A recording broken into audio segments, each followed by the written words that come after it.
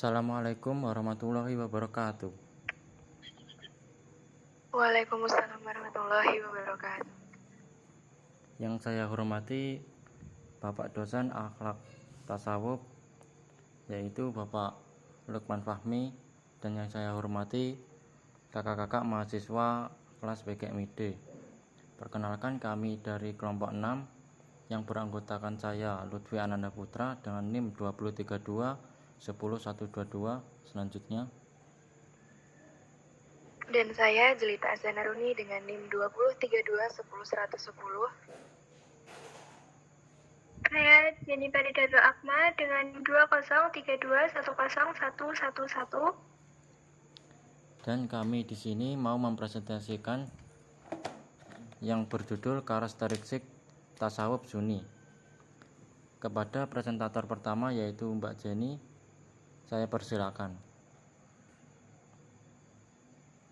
Baik, yang pertama pengertian tasawuf Sunni.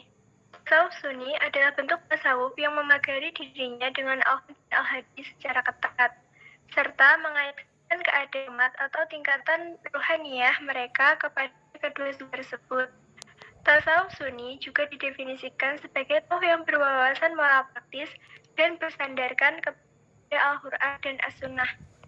Latar belakang munculnya ajaran ini tidak terlepas dari percekcokan masalah akidah yang melanda para ulama fikih dan tasawuf, lebih-lebih pada abad ke-5 Hijriah, aliran Syiah al-Islamiyah yang berusaha untuk mengembalikan kepemimpinan kepada keturunan Ali bin Abi Thalib.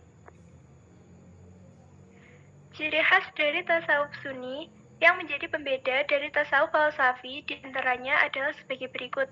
Yang pertama, tidak menggunakan terminologi filsafat sebagaimana terdapat pada ungkapan-ungkapan syatohat.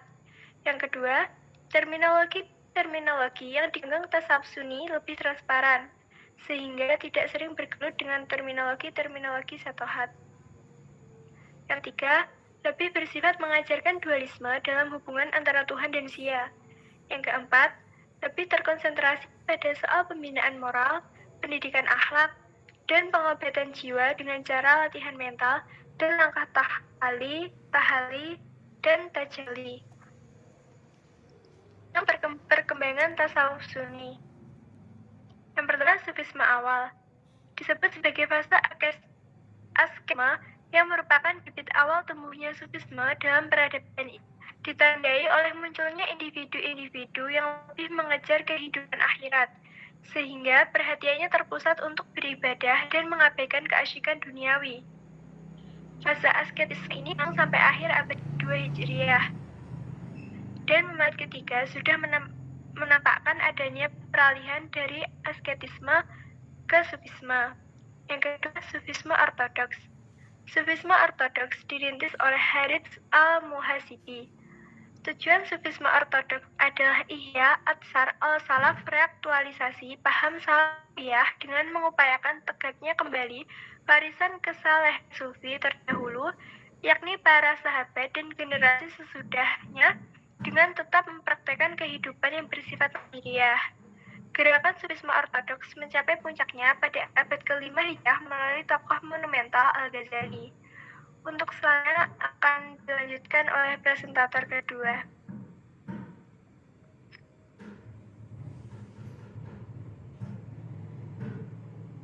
Baik, selanjutnya ada sufisme teosofi, merupakan ilmu teoritis maupun praktis yang telah disampaikan pada tingkat kematangan yang ditandai dengan terpilihnya sufisme kepada dua aliran besar, yaitu sufisme Sunni dan sufisme Syi'i, yang disebut juga sufisme falsafi atau sufisme teosofi.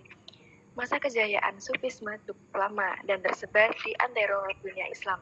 Namun, memasuki pada abad ke-8 Hijriah, nampaknya sufisme telah memasuki masa kemandekan atau keberhentian, karena sejak tidak ada lagi konsep-konsep sufisme yang baru dan orisinil. Selanjutnya ada neo-sufisme, yaitu kelompok muslim yang mengutamakan aspek-aspek formal lahiriah, ajaran agama melalui pendekatan eksoteris rasional. Mereka lebih menitikberatkan perhatian pada segi-segi syariah, sehingga kelompok ini disebut dengan kaum lahiri.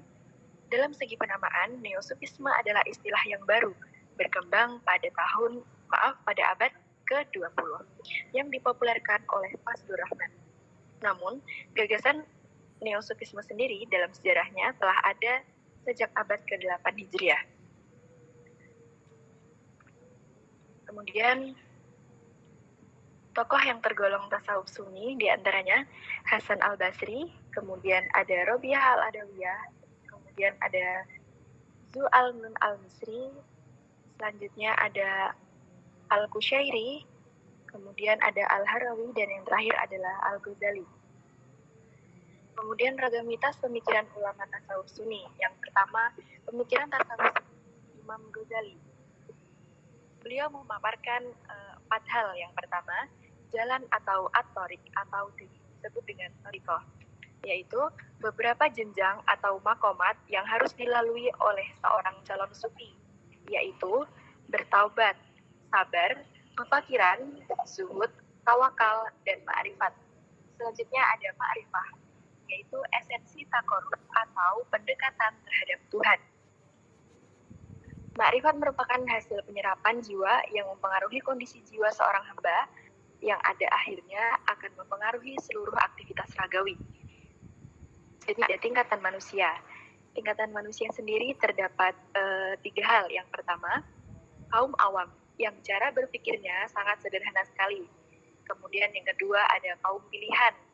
Kaum pilihan ini terdapat khawas atau elek yang akalnya tajam dan berpikir secara mendalam.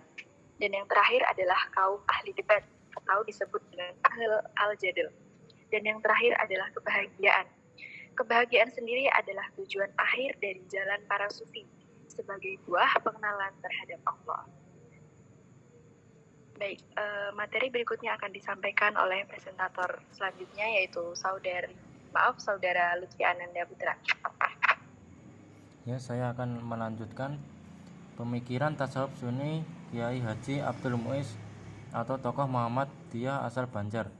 Dalam bidang tasawuf, Kiai Abdul Muiz membahas seputar syariat, tarikat, hakikat, makrifat, makomat, dan tasawuf Sunni. Menurutnya, tasawuf bertitik tolak dari ajaran Islam dan dia lahir sejak mulanya karena dorongan cinta dan peningkatan takwa kepada Allah yang dipelopori oleh para ulama, fuqaha maupun hadis, tafsir, dan tauhid. Kiai Abdul Muiz menjelaskan bahwa yang meletakkan dasar-dasar tasawuf Sunni adalah Al-Qushairi. Dia menghendaki agar ajaran tasawuf tetap sesuai dengan tuntutan Al-Quran dan hadis. Pemikiran tasawuf Sunni Al-Banjari. Pemikiran tasawuf Al-Banjari memiliki hubungan dengan tradisi tasawuf di kalangan ahli fikih atau fuqaha dan merupakan perpaduan antara akidah dan syariah atau hakikat. Maka pembahasan itu dibagi pada 2, yaitu 1. Konsep tauhid, 2. Hubungan syariah, tarikat, dan hakikat. Selanjutnya Al-Banjari berpendapat bahwa tingkatan tauhid itu ada 3. Tingkatan pertama yaitu tauhid al-afal adalah tauhid bagi orang awam. Tingkatan kedua yaitu tauhid al-sifah adalah tauhid bagi segala kawas, dan tingkatan ketiga yaitu tauhid al-adat adalah tauhid bagi segala kawas al-kawas. Pemikiran tasawuf Sunni Kiai Haji Ahmad Sanusi atau Siraj al-Azkiyah fi Tarjamah al-Azkiyah. Tasawuf Sunni merupakan ragam tasawuf yang dipagari dasar-dasarnya oleh Al-Quran dan hadis Nabi serta menjauhkan diri dari berbagai penyimpangan akidah dan keyakinan yang cenderung membawa dan pada kesesatan. Mencermati dan menelah gagasan dan pemikiran tasawuf Kiai Haji Ahmad Sanusi yang terdapat dalam kitab Siraj al-Azkiyah fi Tarjamah al-Azkiyah, dapat diketahui bahwa tasawuf yang dikembangkan Kiai Haji Ahmad Sanusi sangat menekankan pengalaman syariat. Dirinya merupakan salah satu pemikiran yang telah mengkompromikan trilogi tasawuf dengan gagasan syariat, tarikat, dan hakikat. Ya, sekian dari kami. Apabila ada kurang lebihnya mohon maaf. Wa akhiran wassalamualaikum warahmatullahi wabarakatuh. Waalaikumsalam warahmatullahi wabarakatuh.